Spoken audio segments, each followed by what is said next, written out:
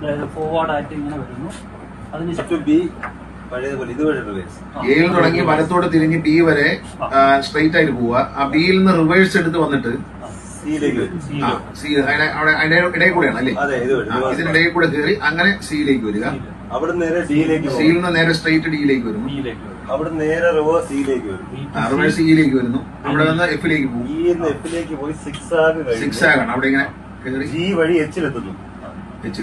H reverse parking. റിവേഴ്സിൽ വന്നിട്ട് അവിടെ റിവേഴ്സ് പാർക്കിംഗ്, ആ ബോക്സിനകത്തേക്ക് റിവേഴ്സ് പാർക്കിംഗ്. ഇന്റർനാഷണലി എല്ലായിടത്തും റിവേഴ്സ് പാർക്കിംഗ് മസ്റ്റാണ്. കാരണം കാറുകൾ വർദ്ധിച്ചു വരുമ്പോൾ വണ്ടികൾ പാർക്കിന് റിവേഴ്സ് പാർക്കിംഗ്. ഇപ്പൊ ബോംബെ പോയാലും ഡൽഹി പോയാലും ഒക്കെ നിങ്ങൾ റിവേഴ്സ് പാർക്കിംഗ് ചെയ്യേണ്ടി വരും. അപ്പൊ അവിടെ റിവേഴ്സ് പാർക്കിംഗ് അതിൽ ചെയ്യും. അവിടെ നേരെ വന്ന് ഗ്രേഡിയന്റിൽ സ്റ്റോപ്പ്. അവിടെ നിന്ന് മുന്നോട്ട് എടുത്ത് വന്നിട്ട് പാർക്കിംഗ് പുറത്തേക്ക് എടുക്കും. വണ്ടി പുറത്തേക്ക് എടുത്തിട്ട് ഈ മഞ്ഞ കാണുന്നിടത്ത് ഗ്രേഡിയനാണ്, സ്ലോപ്പാണ്. ജയിലൊരു സ്റ്റോപ്പ് ഉണ്ട് സാർ. നടുവിലൊരു സ്റ്റോപ്പ് വരും. ആ സ്റ്റോപ്പിൽ നിർത്തിയിട്ട് വീണ്ടും ഗിയറിട്ട് വണ്ടി എടുക്കണം. അപ്പൊ പുറകോട്ട് പോകാൻ പാടില്ല. വീണ്ടും തിരിച്ചു വന്ന് ആ രണ്ടാമത്തെ മഞ്ഞ എന്താണ്? ഗ്രേഡിയൻ. ഇറക്കമാണ്. അത് ഇറക്കമാണ്.